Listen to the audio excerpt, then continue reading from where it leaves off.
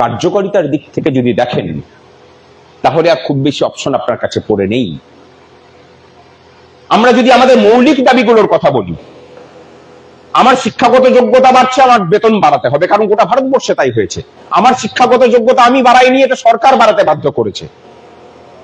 বাকি দেশে প্রাথমিক শিক্ষকদের বেতন কাঠামো সংশোধিত হলেও পশ্চিমবঙ্গ সেই জায়গা থেকে বিপরীত মুখে থেকেছে, লড়াই করতে হয়েছে। শতাব্দী প্রাচীন বহু সংগঠন শিক্ষকদের সেই লড়াইকে বিদ্রুপ করেছে, কটাক্ষ করেছে, উল্টে দুর্বল করার চেষ্টা করেছে। আলটিমেটলি আমাদের ঐক্যের জোরে, আমাদের কঠোর মনোভাবের জোরে আমরা আপাতভাবে জয়যুক্ত হয়েছি। সম্পূর্ণ সুবিধা আমরা পাইনি, কারণ এই সরকারের প্রত্যেকটা কর্মের মধ্যে দিয়ে যেটা আপনি পাবেন সেটা হলো বিভেদের প্রচেষ্টা করা। সমাজের প্রত্যেকটা ক্ষেত্রের মধ্যে বিভেদ তৈরি করে রাখো এবং সেই বিভেদের সুযোগ নিয়ে আমার শাসনটাকে বহাল তবিয়তে টিকিয়ে রাখার ব্যবস্থা করা। তারা করেছেন।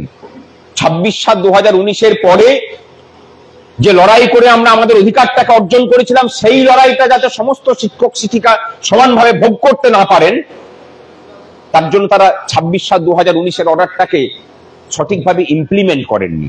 অর্ডারটা ভুল নয়, অর্ডারটার ইমপ্লিমেন্টেশনে ভুল আছে। শুধু একটা তারিখের দরকার, ন্যাশনালি এফেক্টেড ফ্রম 1/1/2006। এটার জন্য লড়াই চলছে।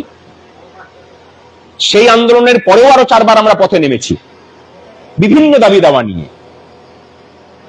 যদি মনে করেন যে সেই অধিকারটা আপনার অধিকার, তাহলে এই লড়াইয়ে আপনাকে সাথী হতে হবে বন্ধু। লড়াইটা হাইকোর্টে চলছে, হাইকোর্টে রায় পাওয়ার পরে পথে নামতে হবে। তার জন্য ঝাড়গ্রাম জেলার শিক্ষক শিক্ষিকারা নিজেদের যথার্থ শিক্ষক সত্তার পরিচয় দিতে পারবেন কিনা সেটা কিন্তু প্রমাণ করতে হবে আপনাদেরকে। বর্তমানে যে অবস্থা আছে সেটা দিয়ে কিন্তু প্রমাণ করার খুব বেশি আকাঙ্ক্ষা আমি দেখছি না। যদি ভবিষ্যতে এই চাকাটাকে ঘোরাতে হয় তাহলে রাস্তা একটাই। আজকে এখানে যারা এসেছেন, আশা করি না কোনো বাধ্যতার জায়গা থেকে আপনারা এসেছেন, কোনো ভয়ের জায়গা থেকে এখানে এসেছেন, কারণ এই সংগঠন থেকে কাউকে ভীতি প্রদর্শন করার কোনো জায়গা নেই যে তুই আসবি না তোকে ট্রান্সফার করব, তুই আসবি না তোর স্কুলে গন্ডগোল লাগিয়ে তোকে ধমকে চমকে রাখবো। আমাদের সেই ক্ষমতা নেই। আমরা শুধু ভালোবেসে ডাকতে পারি, আমরা বলতে পারি যে তোমার অধিকারটা হারিয়ে গেছে বন্ধু, সেটার জন্য এসে লড়াই করি। তাহলে ধরে নিতে পারি যে এখানে যারা এসেছেন তারা ভালোবেসেই এসেছেন। ভালোবেসে যখন এসেছেন তখন আরেকটু কাজ করতে অনুরোধ করব বন্ধু। আচ্ছা, আপনাদের চক্রে আপনাদের পরিচিত 10 জন করে শিক্ষক শিক্ষিকা আছেন না নেই? সবাই একবার হাত তুলুন। যাদের নেই তারা হাত তুলবেন না। আর যাদের প্রত্যেকটা চক্রের নিজেদের 10 জন করে বন্ধু বান্ধব আছে তারা হাত তুলবেন। হ্যালো,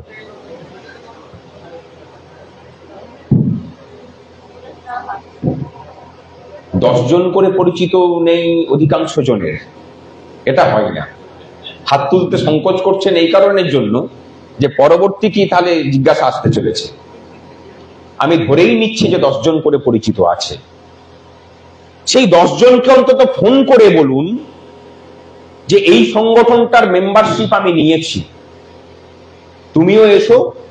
একটা জিনিস নিশ্চিন্ত থাকতে পারো যে এই সংগঠন কোনোদিন কোনো সময়ে বলবে না যে সামনে ভোট আসছে, একটু রাজনীতি সচেতন হয়ে অমুক পার্টিকে ভোট দেবেন। আমরা সেটা বলিনি। বিগত 7 বছরে অনেক ইলেকশন গেছে, আমরা সেটা বলিনি। ভবিষ্যতেও এই সংগঠন থেকে বলা হবে না। কিন্তু আমরা যেটা বলবো যে আপনার শিক্ষক সত্তাকে যদি সুরক্ষিত করতে হয়, সরকারে যেই আসুক না কেন তার বিরুদ্ধে লড়াই করার মতো শক্তিশালী মানসিকতার জন্ম দিন এবং সেটাকে সংরক্ষিত করে রাখুন। এবং তার সাথে প্রত্যেক শিক্ষক শিক্ষিকার কাছে অনুরোধ করব যে আপনার চক্রে সেই 10 জনকে অনুরোধ করুন এই সংগঠনের মেম্বারশিপটা নেওয়ার। আপনিই আমাদের মাধ্যম হিসেবে কাজটা করে দিন স্যার। আমাদের সেই সময় সুযোগ নেই যে আমরা ছুটি নিয়ে নিয়ে প্রত্যেকটা স্কুলে স্কুলে ঘুরে সেই কাজটা করতে পারি। এই স্বেচ্ছাসেবকের কাজটা আপনাদের কাছে করতে অনুরোধ করছি।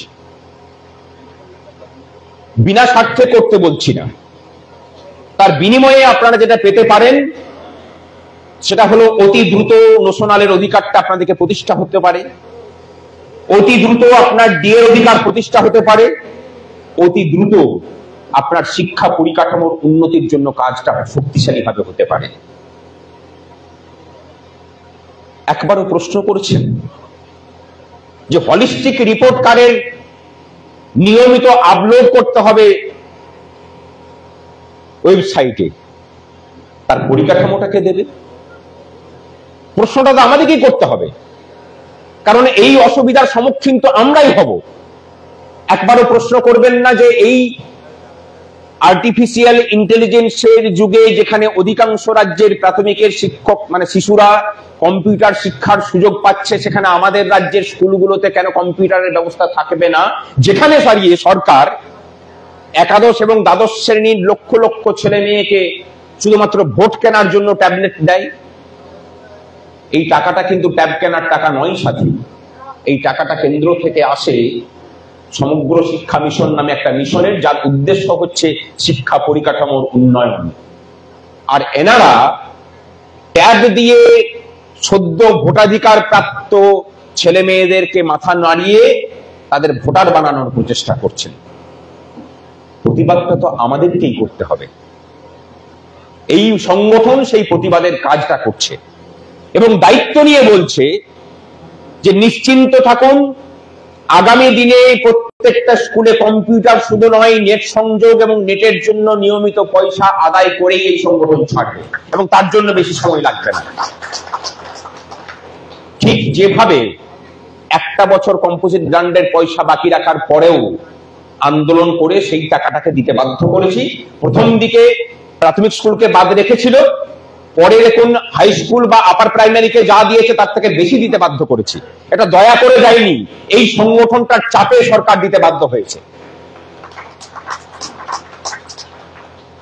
100-র নিচে ছেলেপিলে থাকা স্কুলগুলোতে মিড ডে মিল চালানো অসাধ্য কাজ। এটা নিয়ে ভবিষ্যতে লড়াই হবে এবং সেই লড়াই সদর্থক ভাবেই আমরা জিতবো, সেটাও কথা দিলাম।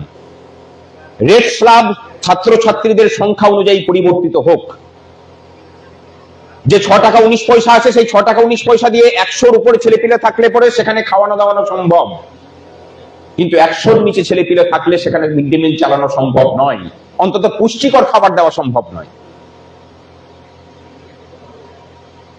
সেই লড়াই যখন হবে, আপনাদের জেলার শিক্ষক শিক্ষিকারা যদি নিশ্চুপ হয়ে মুখ ঘুরিয়ে বসে থাকেন, তাহলে বুঝতে হবে সেটাও কিন্তু এক ধরনের সামাজিক অপরাধ। কারণ আলটিমেটলি যে শিক্ষক, যে শিক্ষাগুরু অন্যায়ের বিরুদ্ধে নিজের কণ্ঠস্বরটাকে তুলে ধরতে পারেন না, তার গুরু সত্তার, তার শিক্ষক সত্তাকে নিয়ে কিন্তু প্রশ্নচিহ্ন ওঠাটাই খুব স্বাভাবিক। কারণ শিক্ষিত হওয়া বা শিক্ষক হওয়ার একটা অন্যতম প্রাথমিক শর্ত হচ্ছে তাকে প্রতিবাদী হতে হবে। ঠিকটাকে ঠিক, ভুলটাকে ভুল বলতে হবে শাসক নিরপেক্ষ ভাবে। আজকে এরা আছে, কালকের দিনে যদি অন্য কেউ আসে তার মুখের উপরেও সেই কথাটা বলতে হবে।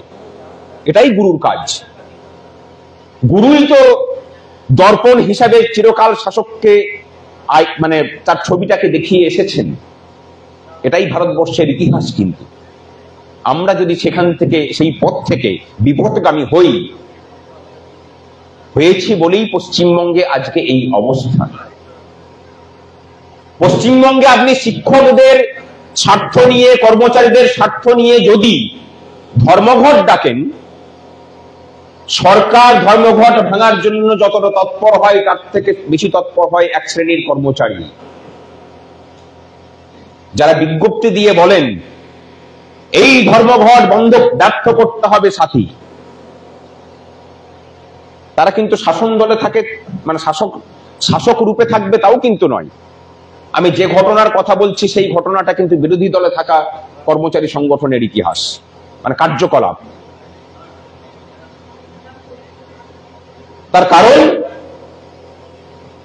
এই ধর্মঘট সফল হলে পরে অরাজনৈতিকতার যে ভূমিকা সেটা আরো বেশি করে পোক্ত হবে।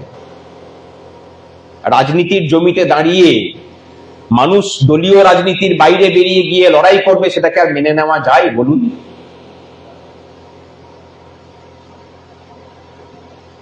দায়িত্ব বাড়ছে আমাদের। রাজ্যের মানুষ তাকিয়ে আছেন, এই রাজ্যের কর্মচারীরা তাকিয়ে আছেন। লড়াইয়ের মাঠ আরো আরো বেশি করে প্রসারিত হচ্ছে। আপনাদের ডিএর যে দাবি সুপ্রিম কোর্টে ফাইলবন্দি হয়ে আছে, তার যৌক্তিকতার দাবি, তাকে প্রশমিত করার জন্য, তাকে ত্বরান্বিত করার জন্য যে মামলাকারী সংগঠনগুলো ছিল তাদের হাতকে শক্ত করার জন্য সংগ্রামী যৌথ মঞ্চ যোগ দিয়েছে, শত বাধা দিয়েছেন, মামলা থেকে সরিয়ে দিতে পারেননি। কর্মচারী সংগঠন, অন্য কর্মচারী সংগঠন সেই মামলাকে ত্বরান্বিত করার জন্য মামলায় পার্টি হতে চাইছে, বাধা দিচ্ছে সরকার নয়, অন্য কর্মচারী সংগঠন। বুঝে নিন বাকিটা। আগামী 22 তারিখ তার শুনানি আছে। সংগ্রামী যৌথ মঞ্চের পক্ষ থেকে ভারতবর্ষের নামকরা আইনজীবীদেরকে সেখানে দাঁড় করানোর প্রচেষ্টা চলছে, কিন্তু তার জন্য অর্থবলের প্রয়োজন। স্কুলে স্কুলে, অফিসে অফিসে ঘুরতে হবে। সেই তৎপরতা না দেখালে পরে কিন্তু এই মামলায় সরকারের বিরুদ্ধে এঁটে ওঠা মুশকিল। আপনাদের কাছে অনুরোধ, আগামী 22 তারিখের মধ্যে শুধু নিজে দেওয়া নয়, অন্যকে দিতে উৎসাহিত করা এবং সেটা সংগঠিতভাবে এই কাজটি করার জন্য আপনাদের সহযোগিতা চাইছি। জয় আমাদের হবেই, সরকার ওখানে কোনো মতেই জিতবে না। তার জন্য যা কিছু করার আছে আমরা করব। অনেকে বলছেন যে শিক্ষক কর্মচারীরা তার সুযোগ সুবিধা পাবেন না, আদালত কর্মীরা তার সুবিধা পাবেন না। সেটা পাবো কি না পাবো সেটা পরে বুঝে নেব। আগে তো এসএলপিটা খারিজ হোক। এসএলপি খারিজ হলো না, গাছে কাঁঠালটা পাকলোই না আর আপনি গোফে তেল দিচ্ছেন, এটা অবান্তর কথাবার্তা। সংগ্রামী যৌথ মঞ্চ যখন ঢুকেছে, সকলের স্বার্থ সুরক্ষিত করার জন্যই ঢুকেছে।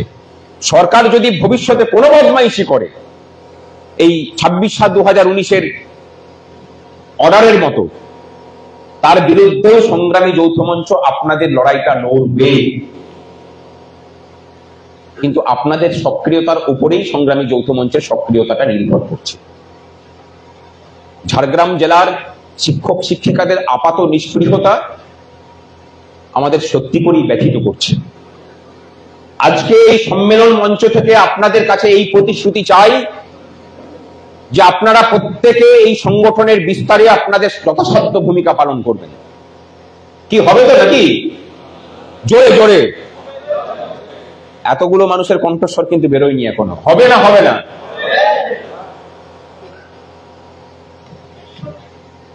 মানুষের উপর বিশ্বাস হারানো পাপ। মানে এই আপ্তবাক্যটাকে নিয়েই কিন্তু আপনাদের কথাতে আশান্বিত হয়ে ঝাড়গ্রাম জেলা ছাড়ব। প্রত্যেকটা লড়াই আপনাদের জন্য, লড়াই করার জন্য আমরা প্রস্তুত আছি। অনেকে রাজনৈতিক প্রতিহিংসার কথা বলেন। এই একটা সংগঠন, এই সেই মাস 2019 সাল আমরা দিল্লি থেকে আন্দোলন করে ফিরছি, মেসেজ আসছে যে আমাদের এক একজন সাথীকে ট্রান্সফার করা হচ্ছে, এক এক করে, 2 করে, 3 করে, 4 করে, 4 দিনের মধ্যে 14 জনকে ট্রান্সফার করলো। সরকার ভেবেছিল এদেরকে বদলি করে দিয়ে বোধহয় গর্তে ঢুকিয়ে দেওয়া যাবে। আমরা আরো প্রবল বিক্রমে ঝাঁপিয়ে পড়ে সরকারের কাছ থেকে দাবি আদায় করেছি। শুধু নয়, আমাদের সাথীদেরকে আবার নিজের নিজের চক্রে ফিরিয়ে দিয়েছি। এবং যারা বদলি হয়েছিল তারা কিন্তু কেউ অনশন করেনি, অনশন করেছিল তাদের অন্য সাথীরা। এটাই তো ত্যাগ, এটাই তো লড়াই। আপনার ক্ষতি হবে, আমরা লড়বো। আমার উপর আক্রমণ এলে পরে আপনারা থাকবেন। এটাই তো সংঘবদ্ধতা। সেই সংঘবদ্ধতার পরিচয় কিন্তু east United primary teachers welfare association দিয়েছে, অতীতে দিয়েছে, বর্তমানেও দিচ্ছে, ভবিষ্যতেও দেবে। গত 1 সপ্তাহ আগে হুগলি জেলার একজন শিক্ষককে মিথ্যা অপবাদ দিয়ে দক্ষিণ 24 পরগনাতে ট্রান্সফার করা হয়েছিল। তিনি 1 বছর আমাদের মেম্বারশিপ নিয়েছিলেন, তারপরে আর মেম্বারশিপ রিনিউ করাননি। আমরা কিন্তু তাতেও তাকে সাহায্য করা